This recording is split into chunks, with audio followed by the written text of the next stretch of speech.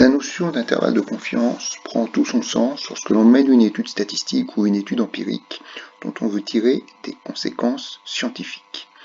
En d'autres termes, lorsque l'on détermine une moyenne, par exemple, sur un échantillon, plutôt que d'annoncer tout simplement la moyenne, on préfère annoncer un intervalle de confiance de cette moyenne à un seuil de confiance que l'on se fixe en général à hauteur de 90 ou 95%. D'un point de vue plus précis, par définition, on va dire que UNVN est un intervalle de confiance d'un paramètre θ au seuil de confiance 1 moins alpha, où alpha est compris entre 0 et 1, si la probabilité que θ soit compris entre UN et Vn est au moins égale à 1 moins alpha. UN et Vn étant des variables aléatoires qui sont fonction de l'échantillon x1, x2, xn. Alors pour construire un intervalle de confiance, on doit partir de l'inégalité de Bien-Aimé Tchebyshev, qui est rappelée ici. Nous allons changer le nom de la variable aléatoire, qui est prise en compte ici, et nous allons passer de xn à xn bar, où xn bar correspond à ce qu'on a l'habitude d'appeler la moyenne empirique, c'est-à-dire 1 sur n somme des xi pour i égale 1 jusqu'à n. Nous savons que x1, x2, xn constituent un n échantillon. Par conséquent, les variables x1, x2, xn sont identiquement distribuées. Donc elles ont la même espérance que nous allons noter petit m et la même variance que nous allons noter sigma 2.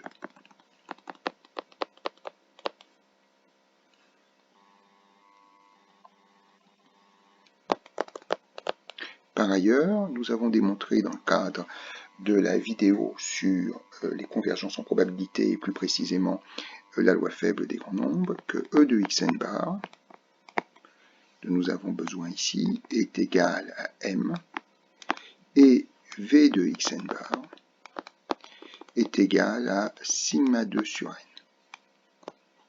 Dans ce cas, nous pouvons écrire que quel que soit epsilon positif, la probabilité que xn bar moins m en valeur absolue soit supérieur à epsilon est inférieur ou égal à sigma 2 sur n epsilon carré.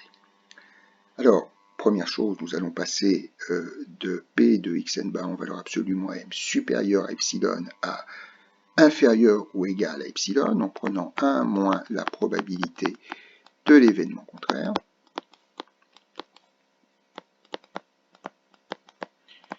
Et nous allons faire passer ce moins probabilité de l'autre côté, du signe inférieur ou égal, ce qui va devenir un terme positif. Donc ça nous fait p de xn bar moins m en valeur absolue, inférieur ou égal à epsilon, qui se retrouve de l'autre côté, donc supérieur ou égal à 1 moins, parce que le sigma 2 sur n epsilon carré, je le passe de l'autre côté.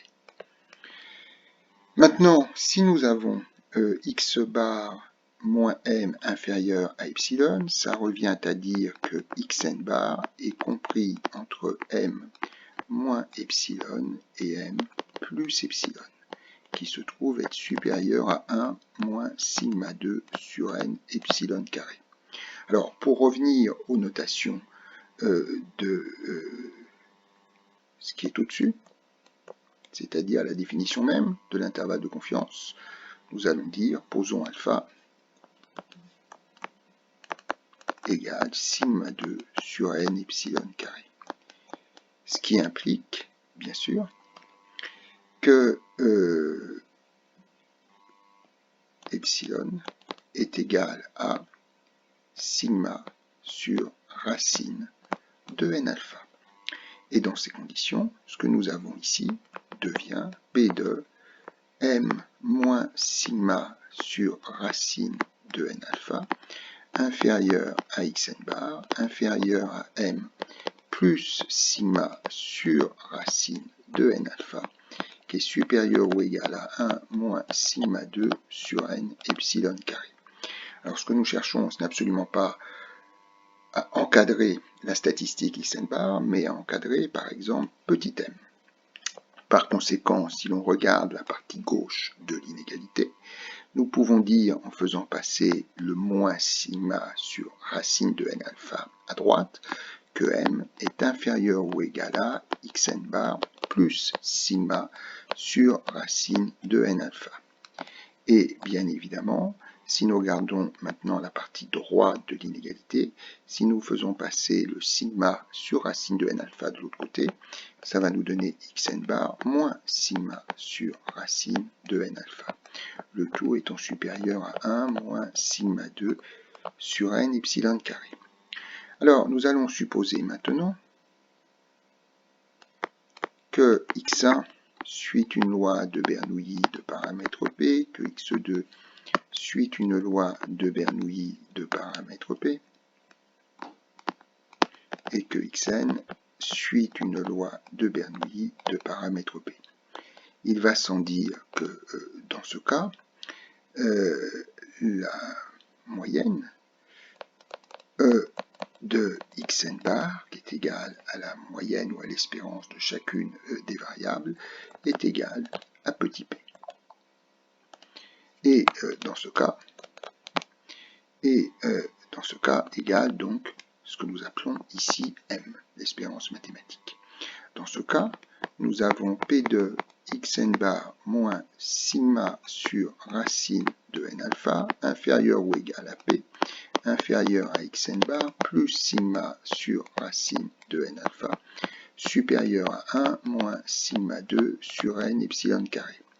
Mais sigma qui est ici, c'est l'écart type de chacune des variables de Bernoulli dans le cas particulier que nous considérons maintenant. Ce qui veut dire que sigma, c'est donc la racine carrée de p 1 moins p, d'accord, que je regroupe avec la racine carrée de n alpha, inférieur à p, inférieur à xn bar, plus racine de p 1 moins p sur n alpha, le tout supérieur à 1 moins sigma 2 sur n epsilon carré. Et d'ailleurs, nous aurions pu depuis bien longtemps remplacer sigma 2 sur n epsilon carré par alpha. Et donc, nous allons pouvoir dire que nous avons p de xn bar moins racine de p1 moins p sur n alpha inférieur à p, inférieur à xn bar plus racine de p1 moins p sur n alpha supérieur à 1 moins alpha. Alors, il est aberrant qu'on cherche un intervalle de confiance de P et que dans cet intervalle de confiance figure P. Alors pour se débarrasser du P dans chacune des deux racines carrées, on doit garder à l'esprit que la fonction f de P égale P facteur de 1 moins P, ou P1 moins P2, c'est pareil, est nécessairement comprise entre 0 et 1 quart, quel que soit P qui appartient à 0,1, cette petite étude de fonction qui permet d'en déduire cet encadrement, étant détaillée dans la vidéo sur la loi faible des grands nombres. Par conséquent, si je prends la racine carrée de P 1 moins P, ça va être inférieur à 1 demi. Et rien ne m'empêche de diviser en même temps par racine de n alpha. Et rien ne m'empêche également de rajouter xn bar des deux côtés. Ça, c'est un premier résultat. Maintenant, si je reviens à ce que nous avons écrit ici, c'est-à-dire que racine de p1 moins p sur n alpha est inférieur ou égal à 1 sur 2 racines de n alpha, rien ne m'empêche de multiplier des deux côtés par moins 1, et donc d'écrire que moins 1 sur 2 racines de n alpha est inférieur ou égal à moins racine de p1 moins p sur n alpha. Et rien ne m'empêche, bien évidemment, pour reconnaître l'expression qui est ici, d'ajouter de part et d'autre xn bar. Nous allons considérer désormais un axe sur lequel nous allons positionner ces quatre valeurs autour de xn bar. Bien évidemment, si je rajoute à xn bar la racine de p1 moins p sur n alpha, j'ai un nombre plus grand, puisque la racine carrée est positive. Et nous savons que cette expression est inférieure à xn bar plus 1 sur 2 racines de n alpha. Maintenant, si je pars de xn bar, que j'enlève une racine carrée, ça va donner un nombre plus petit. Ça va me donner, par exemple ici, xn bar moins la racine de p1 moins p sur n alpha. Et nous savons que ce terme, que je viens d'écrire ici, il est plus grand que celui-ci, c'est-à-dire xn bar moins 1 sur 2 racines de n alpha. Et ce que nous constatons, c'est que ce petit intervalle, il est inclus dans ce plus grand intervalle qui est ici. Dit autrement, l'intervalle xn moins racine de p1 moins p sur n alpha, virgule, xn bar plus racine de p1 moins p sur n alpha, cet intervalle, il est inclus dans le plus grand intervalle, c'est-à-dire xn bar moins 1 sur 2 racines de n alpha, xn bar plus 1 sur 2 racines de n alpha. Voilà. Donc si nous considérons un événement correspondant à P appartient à cet intervalle, nous pouvons dire que cet événement est inclus dans ce deuxième événement. On a un événement A qui est inclus dans un événement B. Et bien évidemment, si nous passons de l'événement aux probabilités, le signe inclus, lorsqu'on passe aux probabilités, devient inférieur ou égal. Donc nous nous retrouvons avec la probabilité que P soit compris, je lis ce qui est marqué là, entre xn bar moins racine de p1 moins p sur n alpha et xn bar plus racine de p1 moins p sur n alpha, qui est inférieur ou égal à la probabilité que xn bar moins 1 sur 2 racines de n alpha soit inférieur à p, soit inférieur à xn bar plus 1 sur 2 racines de n alpha. Et il s'avère que nous savons que cette probabilité que p soit compris entre xn bar moins la racine carrée et xn bar plus la racine carrée, nous savons que cette probabilité est supérieure à 1 moins ce terme, c'est-à-dire à 1 moins alpha. Donc nous pouvons dire que ceci est supérieur ou égal à 1 moins alpha. Et dans ces conditions, par transitivité de la relation d'ordre, nous allons dire que cette probabilité qui est à droite, xn bar moins 1 sur 2 racines de n alpha inférieur à p, inférieur à xn bar plus 1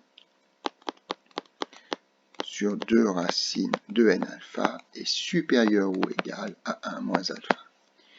Ce qui revient à dire, en conclusion, que l'intervalle xn bar moins 1 sur 2 racines de n alpha, xn bar plus 1 sur 2 racines de n alpha est un intervalle